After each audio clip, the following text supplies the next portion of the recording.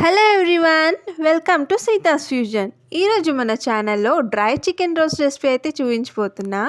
ఈరోజు సండే కదా, మీ ఇంట్లో ఏం స్పెషల్స్ చేశారు కామెంట్ చేయండి. అండ్ మన వీడియోస్ ఎలా ఉన్నాయో కూడా చెప్పండి, ఓకేనా? నేను చేసే రెసిపీస్ ఫాలో అయితే అవుట్పుట్ ఎలా వచ్చిందో చెప్పడం మాత్రం మర్చిపోకండి. ఓకే ఫైన్, దెన్ ఇంకా లేట్ ఎందుకు, రండి రెసిపీలోకి వెళ్ళిపోదాం. ఫస్ట్ అయితే ఒక ప్యాన్ తీసుకొని దాంట్లో అయితే 2 to 3 table spoons of oil అయితే వేసుకోండి.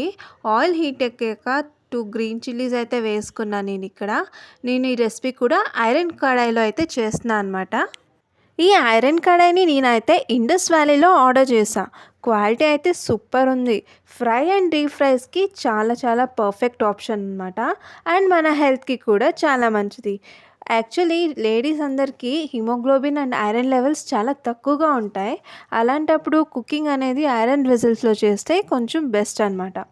సో నెక్స్ట్ ఇప్పుడు చిల్లీస్ ఫ్రై అయిపోయాక మనం ఒక పెద్ద సైజ్ ఆనియన్ తీసుకొని దాన్ని కచ్చా పచ్చాగా పేస్ట్ చేసుకొని ఫ్రై చేసుకోవాలి. జస్ట్ గోల్డెన్ కలర్లో ఫ్రై అయితే చాలు.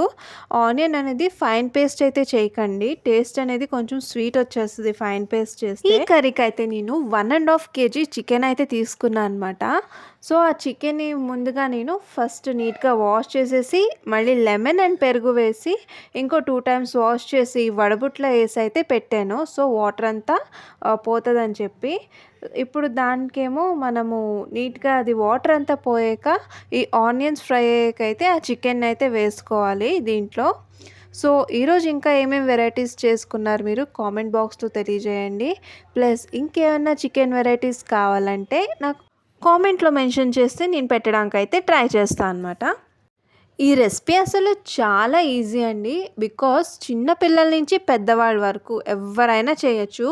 ఎస్పెషలీ బ్యాచులర్స్కి అయితే చాలా బాగా యూజ్ అవుద్ది ఈ రెసిపీ. అప్పటికప్పుడు చేసుకోవాలంటే ఈజీగా చేసేసుకోవచ్చు అనమాట. అండ్ ఇంకోటి, నేను ఇదే డ్రై స్టైల్ కాబట్టి ఈవెన్ కొంచెం గ్రేవీ టైప్ ఫ్రై కూడా చేస్తాను నెక్స్ట్ వీక్ అయితే. సో అది కూడా చూడండి. ఇప్పుడైతే నేను ఇక్కడ వాష్ చేసి పెట్టుకున్న చికెన్ అయితే వేసేసాను. అండ్ ఈ చికెన్ వేసాక మనం కొంచెం సాల్ట్ అండ్ పసుపు వేసుకోవాలి. సో దట్ ముక్కకైతే ఉప్పు బాగా పడుతుంది అనమాట. అదిగదిగో నేను చూసేసా, మీరు చూస్తున్నారు, సబ్స్క్రైబ్ చేసుకోకుండా చూసేస్తున్నారు.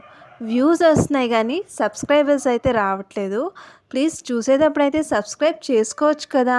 ఇంకా మంచి మంచి రెసిపీస్ అయితే నేను పెడతాను. సో సబ్స్క్రైబ్ చేసుకొని వీడియోని వాచ్ చేయండి ప్లీజ్. యాక్చువల్లీ ప్రతి న్యూ ఇయర్కి ఏదో ఒక రెజల్యూషన్ తీసుకుంటానే ఉంటారు అందరూ కదా. కానీ అది ఎంతవరకు పాటిస్తున్నాం, మనం పాటించగలుగుతున్నామా ఓల్ ఇయర్ లేదా? లేదు. మ్యాక్సిమం నాకైతే ఒక 85% వరకు చేస్తాం కానీ మిగతాదైతే చేయలేము. అంతే కదా, ఎవరైనా కానీ ఎక్కడో కానీ ఉండరండి 100% వరకు పాటించేవాళ్ళు. బికాజ్ వాళ్ళకి సిచ్యుయేషన్స్ ఈవెన్ వీళ్ళు కాకుండా ఉండొచ్చు ఆర్ వేరే కారణాలు అయి ఉండొచ్చు.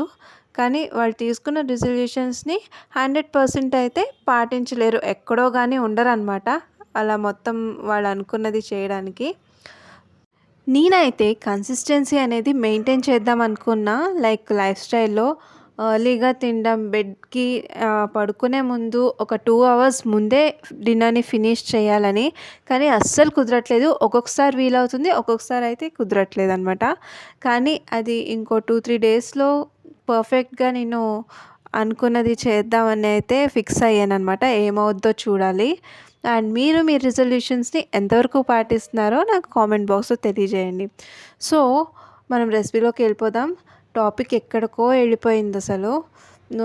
ఇప్పుడైతే చికెన్ని మనము ఉప్పు పసుపు వేసి కలుపుకున్నాం కదా, కలుపుకొని వాటర్ అది ఎగిరిపోవాలండి.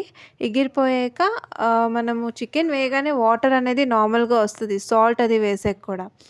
సో మనం ఉప్పు పసుపు వేసుకొని వాటర్ అది ఎగిరిపోయాక అప్పుడు మనము అల్లం వెల్లుల్లిపాయ పేస్ట్ అయితే వేసుకోవాలి. నేను మసాలాకైతే అల్లం వెల్లుల్లిపాయ చెక్క లవంగ ఇలాచీ అయితే తీసుకున్నా. దీన్నైతే నీట్గా పేస్ట్ చేసుకొని మనం కర్రీలోకి అయితే వేసుకోవాలన్నమాట. కర్రీలోకి కొంచెం బాగా మొత్తం కర్రీ అంతా పట్టేలాగా కలుపుకొని ఇప్పుడు ఫ్రై అవ్వడానికి అయితే వదలాలి. కొంతసేపు మూత పెట్టి మనము మగ్గనిచ్చి ఫ్రై చేసుకోవచ్చు. ఇక్కడ మనం ఫ్రై చేసేటప్పుడు పీస్ అనేది కొంచెం బ్రౌన్ కలర్లో అయితే అవ్వాలన్నమాట. అప్పుడే మనకి టేస్ట్ అనేది డ్రై రోస్ట్గా బాగుంటుంది. సో మనం కలుపుతూనే ఉండాలి అడుగంటకుండా. ఓకేనా. నేను ఇక్కడ సైడ్ బై సైడ్ టొమాటో రసం కూడా పెట్టుకున్నా అనమాట. ఇక్కడ ఒక పక్కన కలుపుతూ అండ్ ఇంకో పక్కనేమో టొమాటో రసానికి రెడీ చేసి అయితే పెట్టాను. ఆ టొమాటో రసం వీడియో కూడా నేను తర్వాత అప్లోడ్ చేస్తాను. వీడియో అయితే బాగా షేకీగా వచ్చింది. బికాజ్ ఈరోజు మా వీడియోగ్రాఫర్ మా పాప. ఈరోజు సండే కాబట్టి తను ఇంట్లోనే ఉందన్నమాట. తనైతే వీడియో తీస్తా అని చాలా గొడవ చేసింది.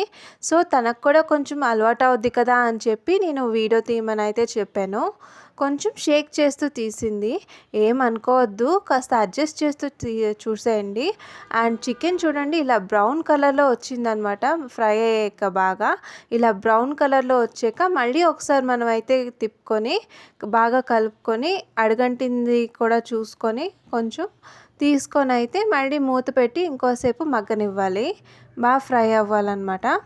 ఫ్రై అయ్యాక అది లాస్ట్ స్టేజ్లో ఉన్నప్పుడు మనం కారం అయితే వేయాలి. అప్పటి వరకు మనం రోస్ట్ కదా, బాగా రోస్ట్ అయ్యేలాగానే చూసుకోవాలి.